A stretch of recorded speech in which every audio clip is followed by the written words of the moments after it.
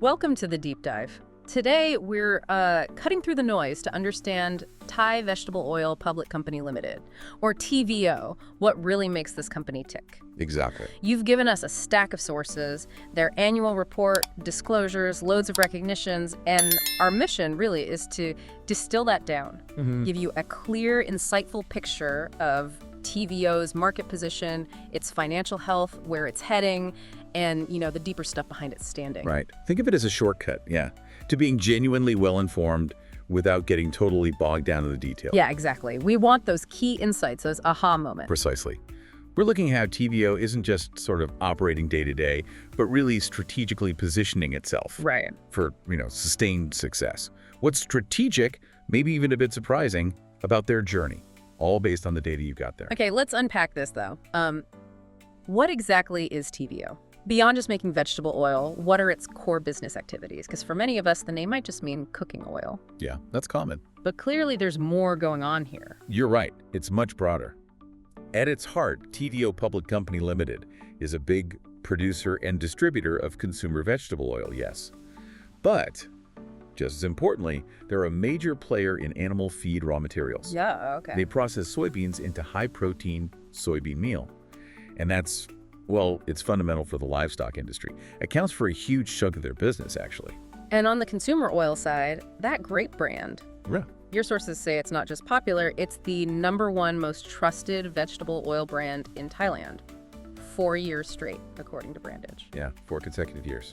That kind of loyalty, it says a lot, doesn't it? It really does. And what's strategic about their product line isn't just having lots of options, it's how each one is positioned. So grape soybean oil has that high trust, absolutely. Yeah. But then they've got Champ soybean oil that's more cost-effective, nutrient-rich, targeted at smaller households. Okay. Beyond soybean, there's grape corn oil, good for lowering LDL cholesterol because of the linoleic acid and phytosterols.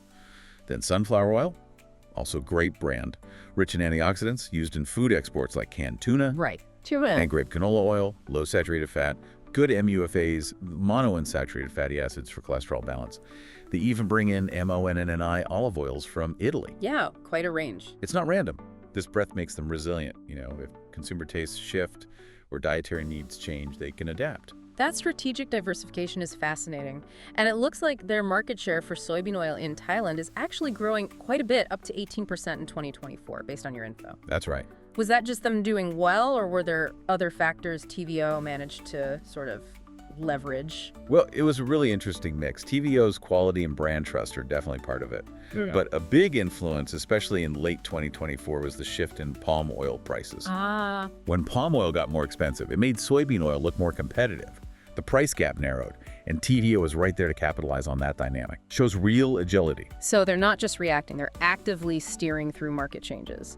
And who are their main customers? Is it mostly us buying bottles for home cooking or bigger players? Industrial customers are actually a very significant group for TVO. Really? Yeah, think food manufacturers, other processors using their oils as ingredients on a large scale. But like we said, they also serve households, especially with brands like Champ. Right. And on the animal feed side, they're high-protein meals, like TVO High Pro Meal 45% and the dehulled soy meal. They're made with really strict biosecurity. Super important for the livestock industry. Yeah. So it's a dual focus, definitely. Big industry and individual consumers. Okay, now, this next part. Often where the rubber meets the road for anyone looking at the stock. Let's dig into TVO's recent financial performance. The 2024 annual report shows some pretty compelling numbers. Looks like a story of real improvement. It's more than just improvement. It's honestly a remarkable turnaround. Look at the net profit. It jumped from 1,150 million Thai baht in 2023 to 2,128 million Thai baht in 2024. It's a huge 185.2% growth. Wow. And that number, it signals something big happened, a really successful operational change, or a very effective response to those market conditions, maybe both. We also see the gross profit margin improving 3.36% up to nearly 8%. And net profit margin, that rose from about 2.1% to over 4%. Strong signs of better efficiency, healthier bottom line. That is a solid jump in profitability. Really compelling. Now, just to give our listeners some context on financial health, the debt-to-equity ratio, it was 0.73 in 2024, up from 0.25 the year before. For our learners, what does that generally tell us? Right. So that increase suggests TVO took on more debt relative to its equity. Now, sometimes more leverage means more risk, but 0.73 is still often seen as a healthy range for many industries, especially when you see it alongside that kind of strong profit growth. It often means the company's investing, maybe in expansion, maybe improving operations. They're actively using their capital structure to grow. Yeah. But yeah, it's something you'd keep an eye on in future reports. Makes sense. And looking at their 2024 revenue, where did the money actually come from? Domestically, internationally, what parts of the business are really driving sales? Okay, the 2024 numbers really highlight how dominant the animal feed industry is for their domestic sales. Right. Domestically, animal feed products brought in nearly 18,000 million bolt. Compare that to about 7,000 million from soybean oil. Other domestic sales were smaller, around 444 million. Big difference. Huge. Internationally, soybean oil did better, around 3,700 million bolt, while animal feed was just over 1,000 million. Packaging added about 390 million. So yeah, that animal feed segment, it's a powerhouse, especially at home. Way bigger than consumer oil domestically. Okay, so we've got a clear picture of where they stand financially right now, but looking ahead, what's guiding the ship? What's TVO's long-term vision? How are they planning to navigate what's coming? Well, their vision is pretty straightforward. Be a leader in both vegetable oil and animal feed. Okay. But underpinning that vision is what they call the TVO way. And it's not just, some values slapped on a wall. It seems to be their guiding philosophy.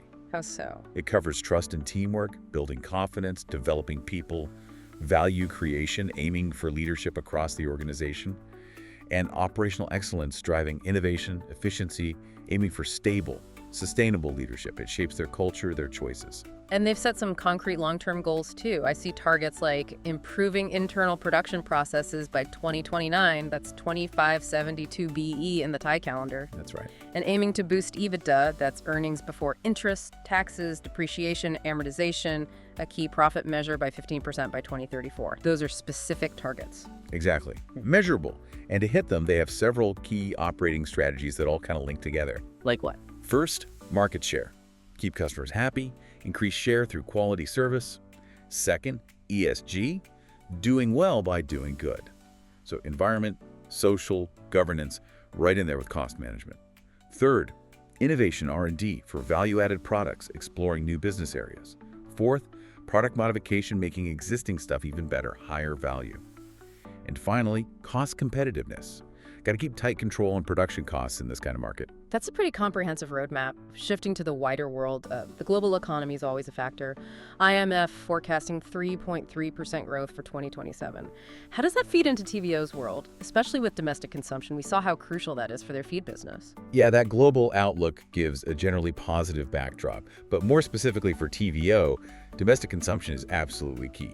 Like Thai chicken meat production, expected to go up 1.5% in 2025. That's partly driven by economic recovery, tourism bouncing back. Right. And that directly boosts demand for TVO's animal feed. Yeah. Chickens eat a lot of soybean meal, so it's a direct economic tailwind for their biggest domestic segment. Makes perfect sense. But a company dealing with agricultural stuff, especially so reliant on feed, they must face challenges. Raw material sourcing seems like a big one. Where do they get their soybeans? And how do they handle the risks? Oh, absolutely critical point. Thailand just doesn't grow enough soybeans for TVO's needs. Right. So about 90% of their raw soybeans Right. imported, mainly from Brazil and the US. 90%. Yeah.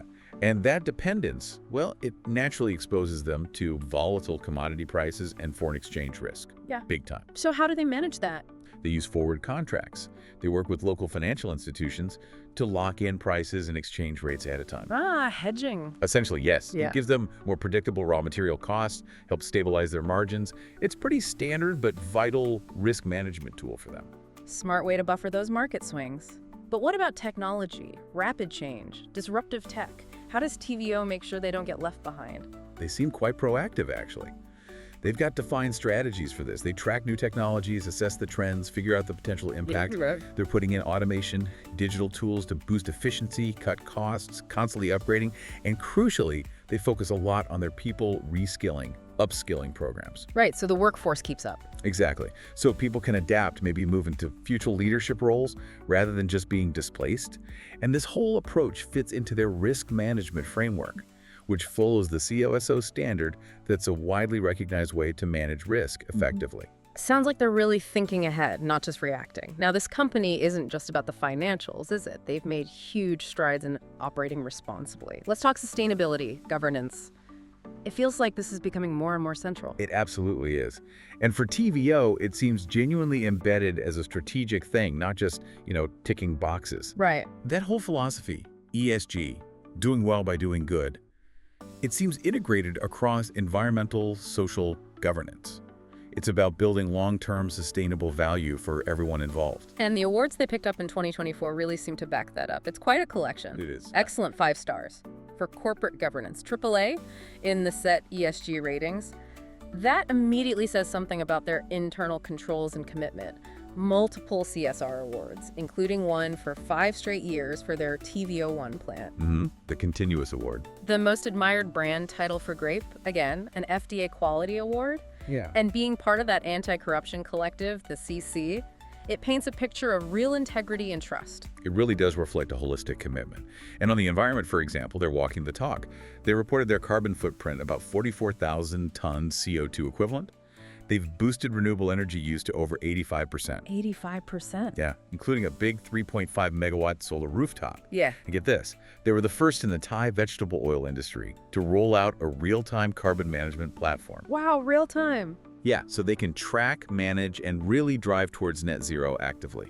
Plus, they're super efficient with resources, using less than a cubic meter of water per ton of soybeans, and achieving 100% waste utilization. 100% waste utilization. That's incredible. It is. It's about efficiency, yes, but also long-term resilience, not just PR. Okay, amazing on environment.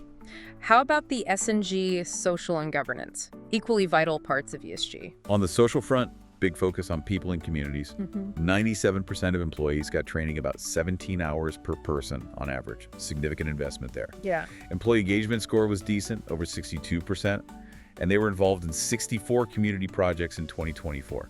Governance-wise, they reported 0 incidents, no human rights violations, no ethics breaches, no corruption. That's a strong statement. Definitely. And they push that down the supply chain. All critical Tier 1 suppliers get assessed on ESG risks and have to sign their business ethics code.